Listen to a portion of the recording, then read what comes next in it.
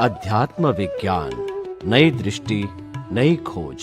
देखिए, सुनिए और समझिए।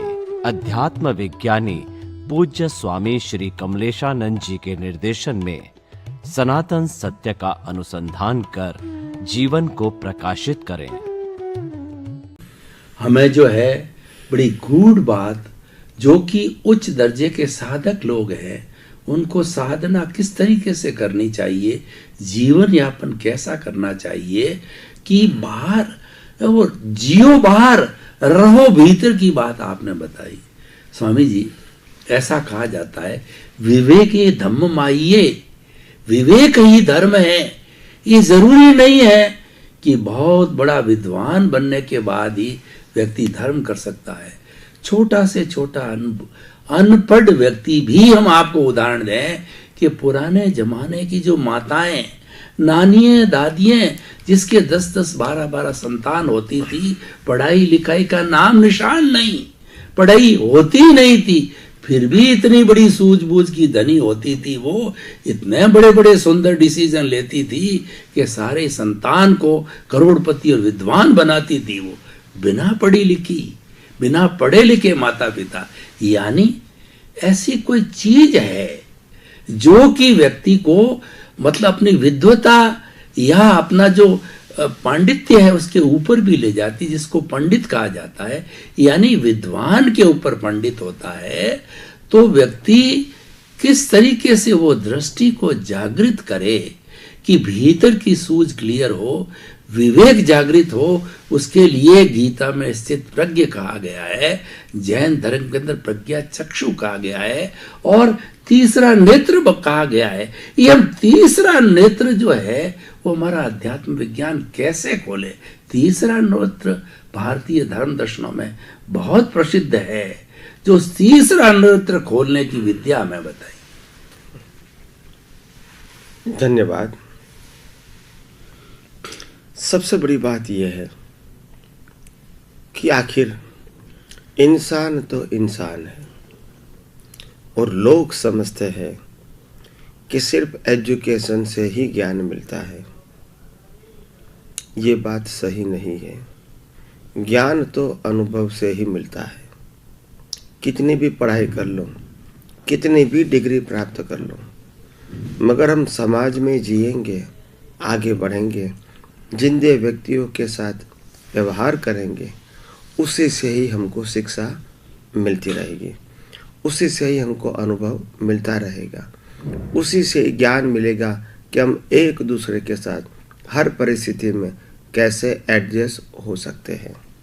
तो कहने का मतलब ज्ञान हमेशा प्रैक्टिकल होता है, ज्ञान थियोरिटिकल नहीं होता है। मगर क्योंकि समाज के अंदर ऐसी व्यवस्था बना दिया गया है कि पढ़ा लिखा आदमी ही ज्ञानी हो सकता है, तो ये बात सही नहीं है। एजुकेशन के साथ केळवणी भी होनी चाहिए। केळवणी का मतलब होता है कि उसका प्रैक्टिकलिटी में, जीवन में अगर जीता है, तभी उसको मालूम होता है कि जीवन कैसे जिया जाता है।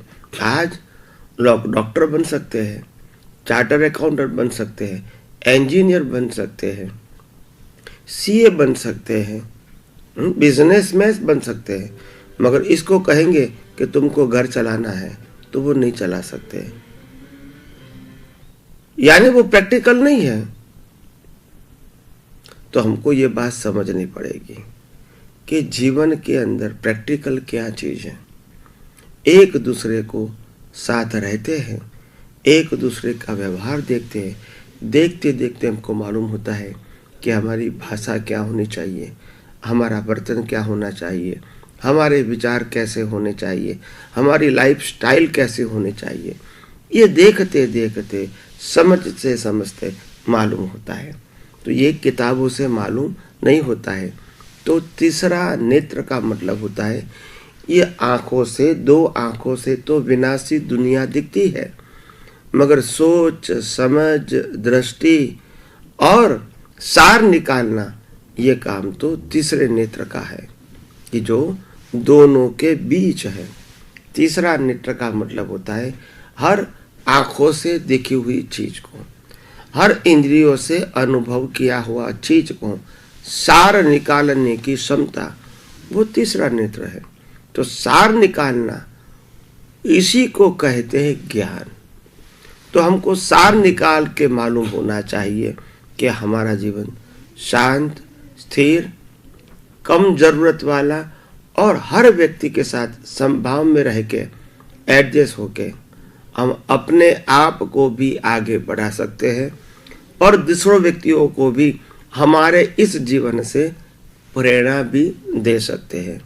तो आइए हम सब हमारे ही वर्तमान जीवन में ऐसी दृष्टि को बनाए ताकि इस सृष्टि का होने के बावजूद भी इस सृष्टि के अंदर कर्म और कर्म भुगतान करने के साथ भी हम अपने जीवन में अपने स्वरूप में और स्वभाव में रखें और राग द्वेष खत्म करके हमारा जो तीसरा नेत्र है, जो तीसरा नेत्र सार करने निकालने की क्षमता है, इसको कई लोग भगवान कहते हैं, इसको कई लोग वेद में भी ये कहते हैं कि ये शिव है, तीसरी शक्ति है, अद्वैत शक्ति है, ऐसा ऐसा नाम देते हैं। मगर मैं सिंपल भाषा में कहूँगा, तीसरा नेत्र का मतलब होता है अपने संजोगों का, जीवन का, विश्व का, धर्म का सार निकालने की क्षमता, वो ही हमारा तीसरा नेत्र है।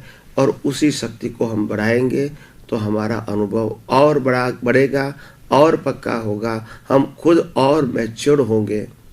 ये बात हमारे जीवन में समझना बहुत आवश्यक है। स्वामी जी बहुत बहुत धन्यवाद। हमारे श्रोताओं को तीसरा नेत्र खोलने की जो आपने विधि बताई, जो तरीका बताया, उसके लिए हम आपके बहुत कृतज्ञ हैं स्वामी जी।